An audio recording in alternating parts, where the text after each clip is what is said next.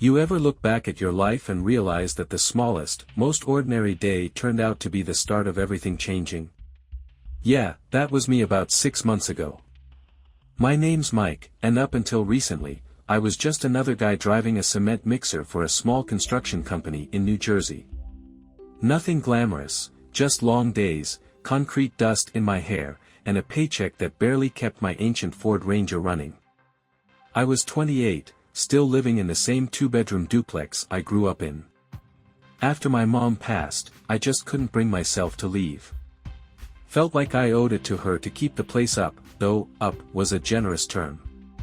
Peeling wallpaper, a leaky faucet in the kitchen, and the kind of creaky floors that make you feel like you're living inside a haunted house. But it was home. Most days, I'd wake up at 5 a.m., throw on the same worn-out Carhartt jacket, and drive to the yard to pick up my truck. The guys on the site, good folks mostly, but rough around the edges, would give me hell for my old boots or my beat-up lunchbox. We were all just grinding, trading dumb jokes over stale gas station coffee, trying to make it to payday. On the morning everything changed, I got an order to deliver a load of concrete to this fancy new construction site on the outskirts of town. I remember squinting at the address, thinking, this place. That's where they're building all those luxury condos. Big money stuff, definitely not the kind of job we usually got. The site was huge, with towering cranes and half-built steel skeletons stretching into the sky. My old cement mixer rumbled up the gravel path, dwarfed by the gleaming trucks and shiny hard hats. I felt out of place before I even parked. I jumped out of the truck, clipboard in hand, and started looking for whoever was in charge. That's when I heard someone shout my name. Mike? Holy shit, is that you? I turned around, squinting against the sun, and there he was, Chris Davis. Back in high school, Chris and I had been tight. Not just same homeroom tight, but crashing on each other's couches, playing Call of Duty till 3 a.m. tight. We drifted apart after graduation. Chris had gone off to college, and I started working. Life happened, you know. But here he was, looking like he'd stepped out of a GQ magazine. Crisp white helmet, a logo on his vest that matched the sign out front, Davis Construction and Development. No way, I said, a grin splitting my face. Chris, man, it's been what? 10 years? Something like that, he laughed, pulling me into a hug. His cologne was the kind of expensive that made me suddenly aware of the lingering smell of concrete dust on my own clothes. We shot the shit for a while, standing there between my old mixer and the sleek fleet of his company's trucks.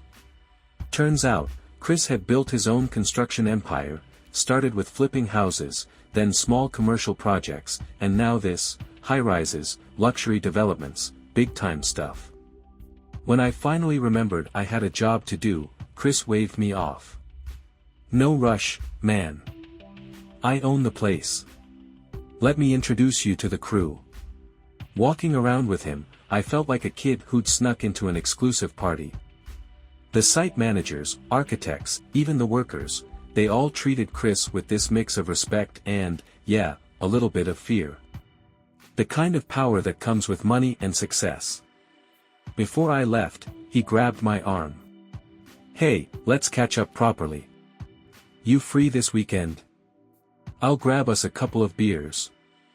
And just like that, I was back in my truck, the engine coughing to life.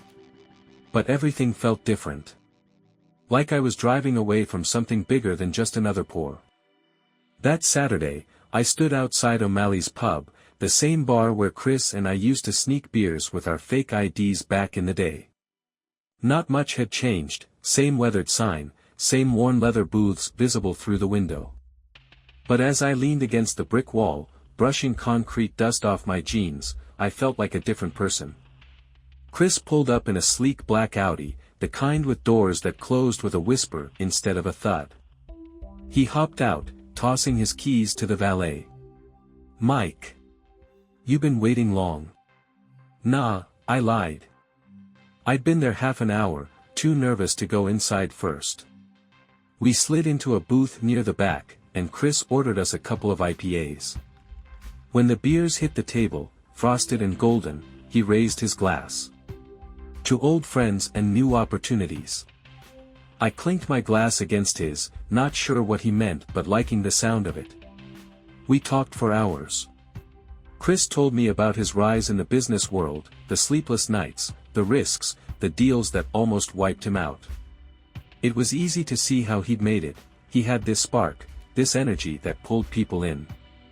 When he talked, you wanted to listen. Eventually, the conversation turned to me. I gave him the highlights: still living in my mom's old place, still working construction, still driving that beat-up Ranger with the rattling exhaust. "You ever think about doing something else?" he asked, his tone casual but his eyes sharp. I shrugged. "Sure. But, you know, bills don't pay themselves." Chris leaned back, drumming his fingers on the table. "What if I told you I had a job for you? Something better than slinging concrete?" I sat up, my heart thumping. "Doing what?" "Driving," he said. "I need a personal driver. Someone I trust. It's not glamorous, but it's better pay, and it'll get you out of that mixer." I didn't answer right away. My mind was racing, imagining everything from black-tinted windows and smooth leather seats to, hell, I didn't even know what. But then doubt crept in, whispering that this was too good to be true. "Why me?" I asked. "You could hire anyone." Chris smiled, and for a moment, he looked like the same kid who used to sit next to me in history class, passing notes about skipping last period. "Because you're not just anyone. I know you, Mike. I know I can trust you." By the time we left the bar, I'd agreed. My head was spinning, not just from the beers but from the idea that maybe, just maybe, things were finally turning around. My first day on the job came fast. Chris's house was about 30 minutes outside the city, nestled on a quiet street lined with oaks. His place was a sleek, modern glass and stone setup with a manicured lawn and a circular driveway. The kind of place where even the mailbox looked like it cost more than my whole kitchen. He handed me the keys to a black Cadillac Escalade, polished, spotless, and with that new car smell that made me feel like I shouldn't even breathe inside it. "Pretty simple," he said. "Take me to meetings, run some errands, and keep the tank full. Think you can handle that?" I nodded, trying not to show how nervous I was. "Absolutely." Those first few days were a blur of leather seats and city streets. I'd drive Chris to glass-walled offices downtown, wait in underground parking garages while he met with clients, and then ferry him to fancy lunches where the waiters wore ties and I sat in the car eating gas station sandwiches. But I didn't mind. The pay was good, really good. And it wasn't long before I noticed how things were changing. The guys back at the old construction site started looking at me differently. I'd swing by sometimes, mostly out of habit, and they'd crowd around my truck, asking questions. "Damn, Mike, you driving that thing now? Is that a suit, man? You hit the lottery or something?" I'd laugh it off, but inside, it felt good. Real good. One afternoon, I pulled up to a construction site where I used to work. The same old dust and diesel smell, the same clang of steel and shouts of foremen. I was dropping off some blueprints for Chris, and when I got out of the Escalade, heads turned. Tommy, one of the guys I used to pour concrete with, walked over. His shirt was smeared with grime, and his boots left deep prints in the dirt. "Look at you, Mike. You've moved up in the world, huh?" "Just a change of pace," I said, trying to keep my tone light. He gave a nod, but his eyes had a shadow in them. Envy, maybe. I knew that look because I'd worn it myself for years, watching other guys catch breaks while I stayed stuck in the same spot. But now it felt like I was on the other side of that glass. And it was just the beginning. The weeks turned into months, and I settled into my new role as Chris's driver. It was a strange shift, from hauling cement in a battered truck to gliding through city traffic in a luxury SUV. But under the leather and polish, the job was still work. Early mornings, late nights, and a lot of waiting around. Chris's life was busy, like, barely catch a breath busy. I'd drive him to construction sites, high-rise offices, and quiet suburban neighborhoods where he'd meet investors. Sometimes, I'd drop him off at dimly lit steakhouses where deals seemed to simmer over whiskey and ribeye. Most of the time, I'd just sit in the car, watching people through the windshield. Construction workers in neon vests, office folks in suits, kids on skateboards. The world outside moved fast, and I felt like I was watching it all from behind glass. One Tuesday afternoon, Chris had me drive him to a meeting at a construction site on the edge of town. It was a new development, tract housing, the kind of stuff that pops up overnight. The place was still raw, dirt roads and skeletal frames of future homes. I parked near a makeshift office trailer and waited. It was hot, the kind of heat that made the car feel like an oven. I cracked a window, leaned back, and closed my eyes. A tap on the glass jolted me awake. I sat up, blinking against the sun. It was one of my old crew members, Danny. He looked older than I remembered, his face etched with lines, his skin tanned and rough.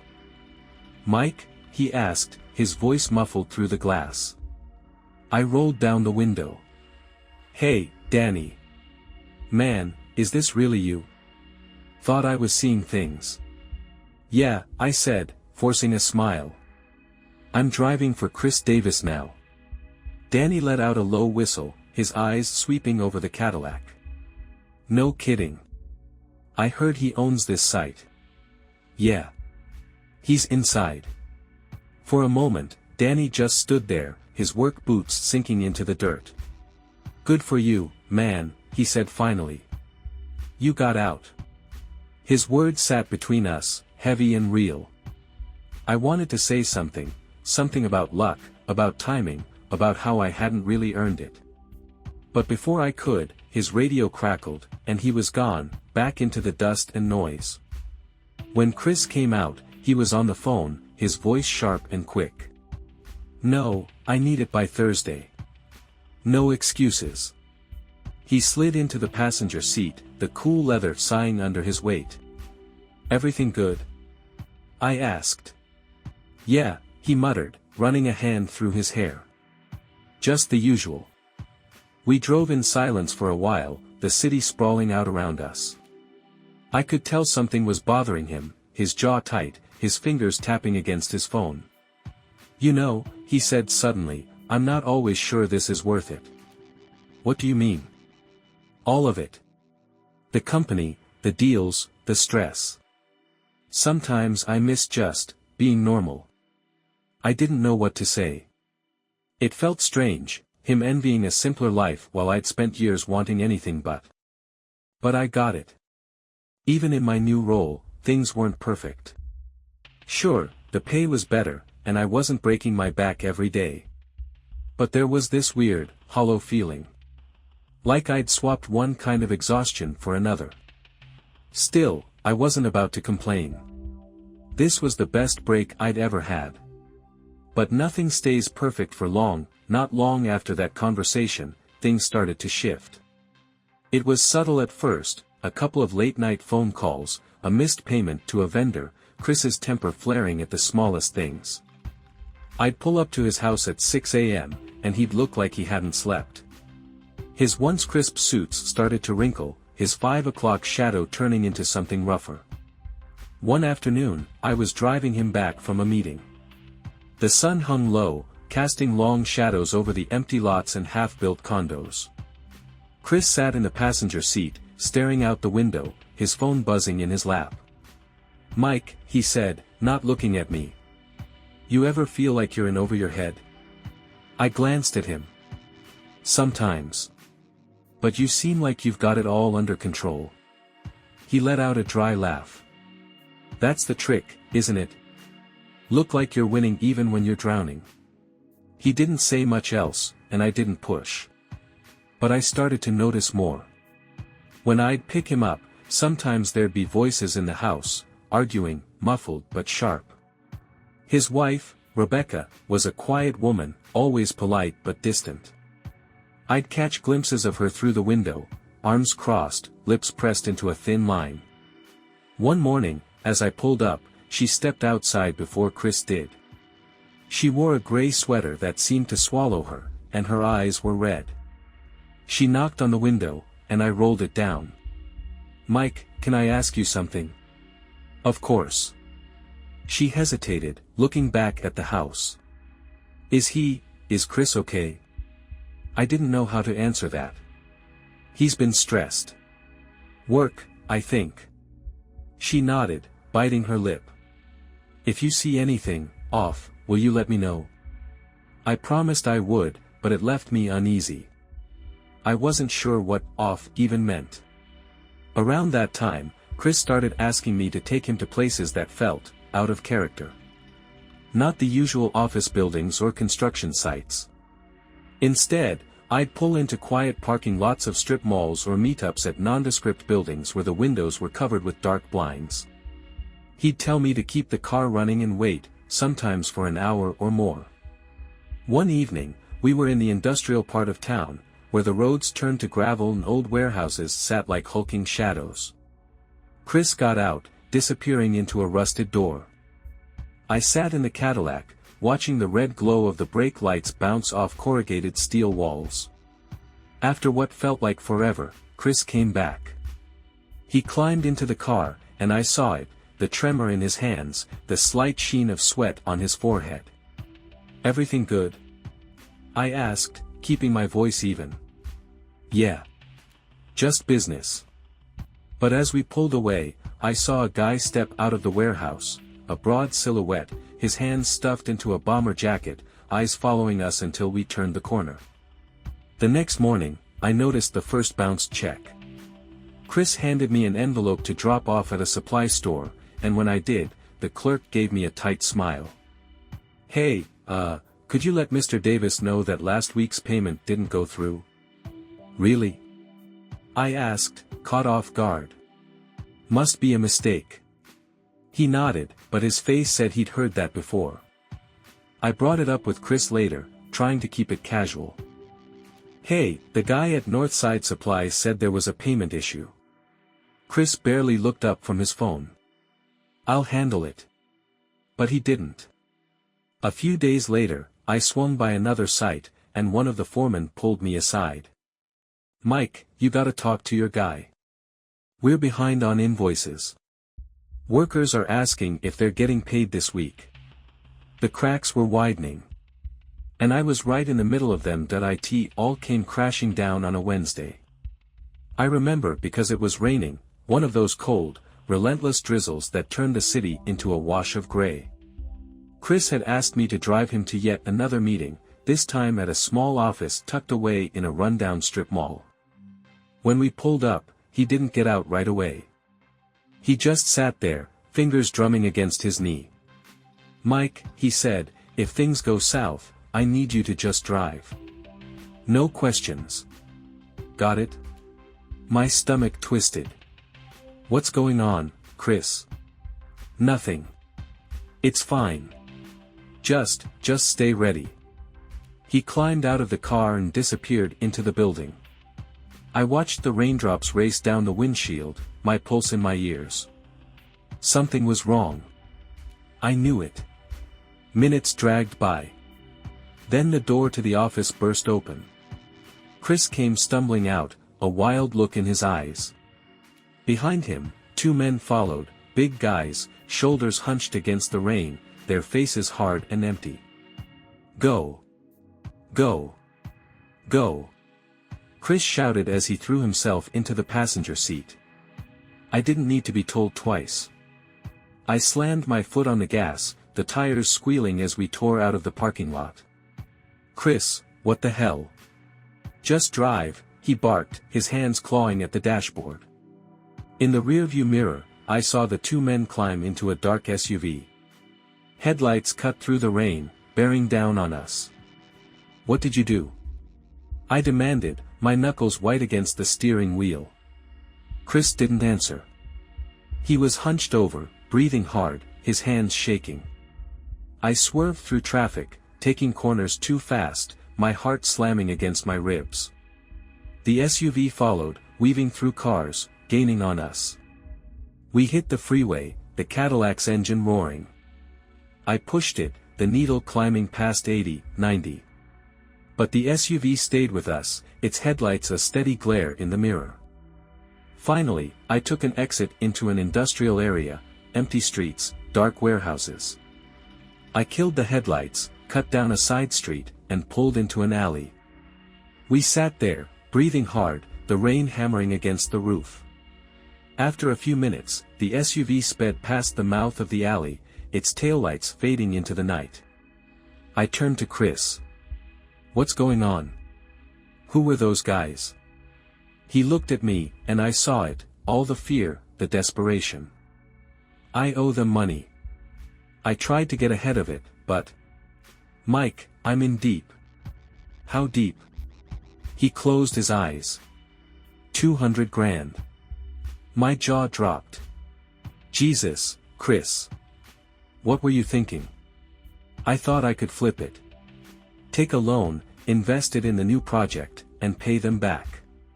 But the project stalled, and the interest, he shook his head, his voice cracking. They said they'd hurt Rebecca. The kids. The weight of it crashed over me. This wasn't just some business deal gone bad, this was real. Dangerous. "What are you gonna do?" I asked. "I don't know," he whispered. We sat there, the rain a dull roar. I thought about Rebecca, about the boys who played in their front yard. I thought about my own life, how this break had felt like my ticket out, and how now it felt like quicksand, dragging me down with him.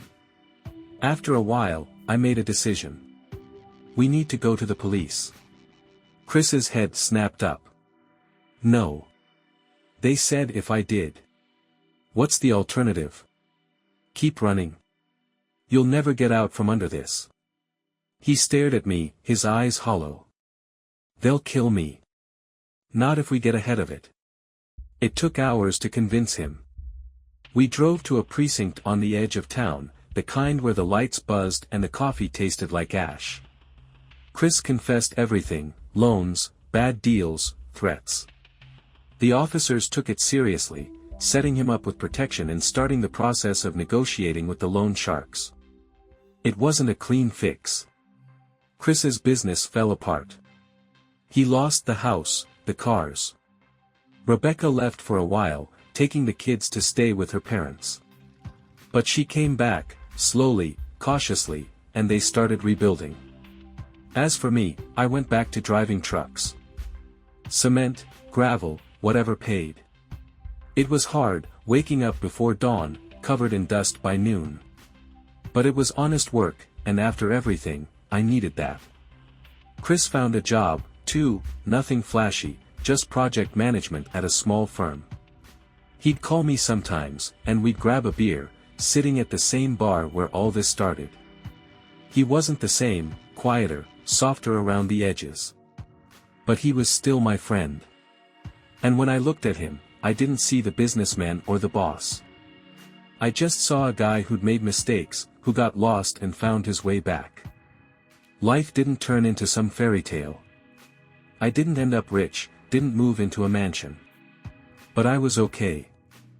I had my truck, my job, and the understanding that sometimes the best kind of success is just keeping your head above water. And that felt like enough.